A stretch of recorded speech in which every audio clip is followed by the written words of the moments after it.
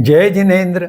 मेरे इस जैन सोल यह जैन दर्शन के वैज्ञानिक वाहिनी को लाइक करें, शेयर करें, सब्सक्राइब करें और बेल आइकॉन दबाएं। और आप हमें हमारे वीडियो के नीचे दिए गए पेज पर भी फॉलो कर सकते हैं। जय जिनेन्द्र। जैन दर्शन के चतुर्विध आहार में से हम तीसरा प्रकार खाद्य अर्थात पकवान, इस वर्ग का अध्ययन विश्लेषण कर रहे हैं। इसके पूर्व वाले चित्रण में हमने मिष्टान्न जो पकवान का एक हिस्सा है उसके संबंध में विवेचन किया। आज हम क्षारान्न अर्थात जो नमकीन पदार्थ है उनके संबंध में विवेचन करेंगे। सर्वप्रथम यह ध्यान में लाना आवश्यक है कि जो माध्यम इस नमकीन पदार्थ को बनाने के लिए, तलने के लिए उपयोग में लाया गया है वह कैसा है, चाहे वह घी हो या तेल हो, क्या वह प्राकृतिक है? यह बहुत महत्वपूर्ण बात है, क्योंकि अगर वह कृत्रिम है तो उससे बनाए हुए पदार्थ ये मानवीय शरीर के लिए बहुत ही नुकसानदायक होते हैं। दूसरी बात, जहां तक संभव हो स्थानीय तेलों का प्रयोग करना चाहिए। कारण महाराष्ट्र में मूंगफली का चलन ज्यादा है, उत्पादन भी काफी है, तो मूंगफली तेल यह महाराष्ट्र में ठीक है। केरल में जाने के पश्चात वहाँ नारियल का तेल अधिक उपयुक्त है वहाँ के ऋतुमान के हिसाब से। और अगर हम पंजाब को देखें तो वहाँ सरसों का तेल वहाँ के ऋतुमान के दृष्टि से उत्तम है। इस प्रकार ऑलिव ऑयल यह विदेशी तेल है, इसका उपयोग भारत में नहीं करना अधिक अच्छा है, क्योंकि वह यहाँ के ऋतु के लिए नहीं बना हुआ है। इसलिए मैं इस बात को स्पष्ट करना चाहता हूं कि स्थानीय तेल का उपयोग होना चाहिए। इसके पश्चात तेल की गुणवत्ता के ध्यान देना आवश्यक है। अब तेल की गुणवत्ता क्या है, क्या महत्वपूर्ण है इसमें? दुर्भाग्य से वर्तमान में जो तेल की गुणवत्ता के मानक बनाए गए हैं, स्टैंडर्ड्स बनाए गए हैं, नापदंड बनाए गए हैं, वे अधिकतर पाश्चात्य देशों की तथाकथित वैज्ञानिक दृष्टि पर आधारित है। उसका हम कुछ आज अधिक स्पष्टता से विवेचन करेंगे। पहला जो बिंदु है वह है तेल के उत्पादन की प्रक्रिया। अब बहुत बड़ी मात्रा में तेल का उत्पादन आवश्यक हो गया है, क्योंकि जनसंख्या बहुत बढ़ चुकी है। परंतु इस अधिक तेल उत्पादन की आवश्यकता के कारण अब जो एक्सपेलर तेल निकालने वाले यंत्र है वे बहुत तेजी से काम करते हैं, और जब वे तेजी से काम करते हैं तो उनमें बहुत अधिक मात्रा में उष्णता की उत्पत्ति होती है, और इस कारण उस तेल में से जो निकाला जा रहा है उसके जो गुण हैं उसके ऊपर विपरीत परिणाम होता है। इसलिए जहां तक संभव हो, जो घाणी भारत में प्रचलित है, जो धीमी गति पे चलती है, उससे निकाला हुआ तेल उपयोग में लाना चाहिए।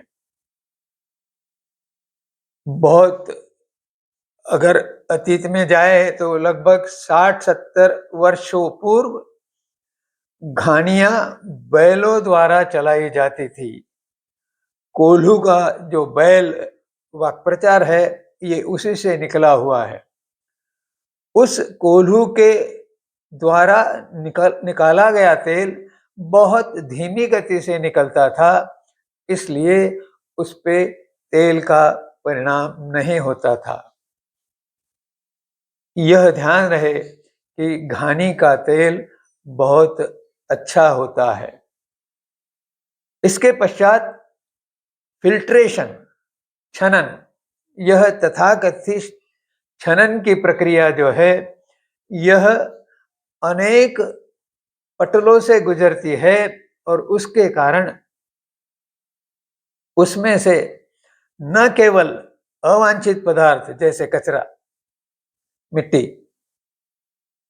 ये हट जाते हैं, अपितु जो महत्वपूर्ण और पोषक द्रव्य है वे भी उस छनन प्रक्रिया में घट जाते हैं, क्योंकि वो जो पर्दे होते हैं, पटल होते हैं छानने के, वे इस प्रकार से बने हैं कि उसमें से वे पदार्थ छन जाते हैं और तेल की गुणवत्ता जो शरीर के पुष्टता के लिए आवश्यक है, उसमें घट होती जाती है, हानि होती जाती है। इसके पश्चात और परिष्करण अर्थात रिफाइनिंग, यह एक अधिक क्रिया तेल के उत्पादन में डाली गई है। यह बताया जाता है कि रिफाइनिंग से जो तेल होता है वह अधिक शुद्ध होता है। वास्तविकता बहुत भिन्न है। जैसे जैसे परिष्करण के माध्यम से तेल तथाकथित रिफाइन या शुद्ध किया जाता है, उसके कारण तेल में से जो मौलिक खनिज द्रव्य है, जो मिनरल्स है, वे भी हटाए जाते हैं और उस कारण तेल की गुणता में और हानि होती है। कुछ उत्पादक तो डबल रिफाइंड तेल की बात करते हैं और यह और भी अधिक हानिकारक है। यह अलग से कहने की आवश्यकता नहीं है। इसके पश्चात जो आवरण, पैकेजिंग मटेरियल उपयोग किया जाता है, वह वर्तमान में अधिकतर प्लास्टिक है और इस प्लास्टिक में जब तेल भरा जाता है तो उस प्लास्टिक के थैली का जो माइक्रो कचकड़ा है, जो सूक्ष्म कचकड़ा है, वह तेल में घुल जाता है और वह घुला हुआ कचकड़ा यानी प्लास्टिक मानवीय शरीर को, मानवीय शरीर में उपलब्ध उपस्थित पाचक मार्ग को हानि पहुंचाता है। इस कारण यह प्लास्टिक में जो आवरित, प्लास्टिक की थैली में जो आवरित तेल है, इसका भी उपयोग नहीं करना चाहिए। जब तक समाज जागरूक नहीं होगा तब तक ये प्लास्टिक का आवरण उपयोग में रहेगा।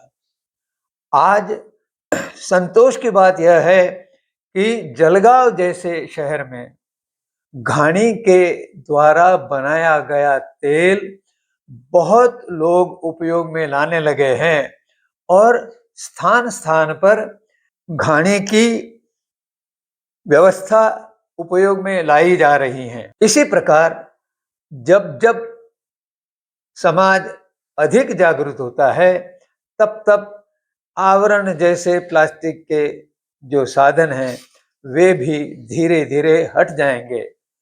अगर ग्राहक मांग करे कि हमें प्लास्टिक के आवरण वाला तेल नहीं चाहिए, धीरे धीरे विक्रेता को भी उस पर गंभीरता से विचार करना पड़ेगा।